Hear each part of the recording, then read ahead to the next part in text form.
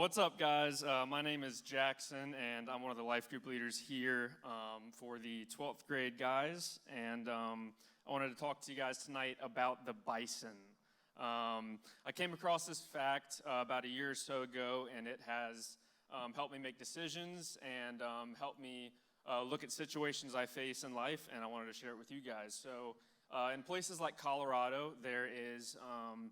we got a picture up there. In places like Colorado, there's Colorado specifically is a state that's split in half, and one half's more mountainous, and the other half is more flat.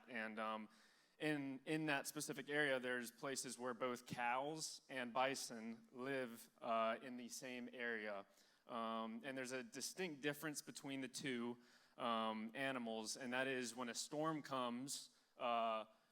Picture a storm coming. It normally starts over the mountains towards the west, and it will come and head east towards the flatter part of the state.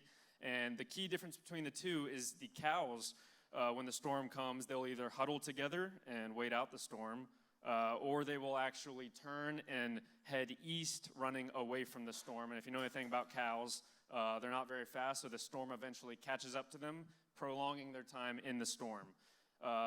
The bison, on the other hand, will actually run towards the storm. They'll run to and through the storm, therefore getting through it quicker.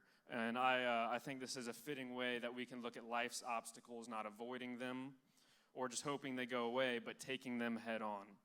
So there's three ways to approach a storm of life, because we face storms of life, we face conflict, we face trouble all the time. And the three ways is what I just talked about. You either sit and wait, hoping it works itself out, which isn't a very good idea.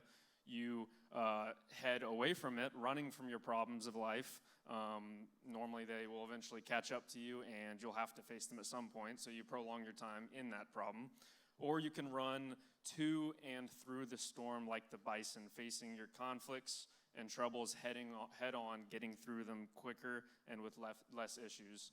So I'm 25. It wasn't long ago I was in the same shoes as you, dealing with the same problems at school, with your families, relationships, whatever that is. And so I know there's a lot of problems in life. And I'm still young, so I'm sure there's many more to come. But a fact is you will face problems in life, and you need to ask yourself, how will you react to these problems? We spend so much of our lives constantly trying to avoid the inevitable challenges that come along with the difficult circumstances that our very own choices have led us to be in, and a lot of these problems are self-inflicted by the choices we make. But addressing problems is actually being a doer of God's word and actively showing love to others, even when it may be difficult or a tough conversation to have. And if we live according to God's word, we can take the storms of life head on, living out his will for our life, because living according to his word, you will know that you are living in his will, and his plan is better than our plan. So I wanted to read John 16:33. It says, "In this world you will have trouble." And that is a guarantee, as I just said. You will have trouble, you will have a problem, and you will have to face it. So you will have trouble. Jesus promised that. But the second part of that verse is, "But take heart, I have overcome the world." And we can face these problems confidently because of that. And then I also wanted to read James 1:2-4. It says, "Consider it pure joy, my brothers and sisters, when we face trials of many kinds, because you know that the testing of your faith produces perseverance. Let perseverance finish its work so that you may be mature and complete, not lacking anything."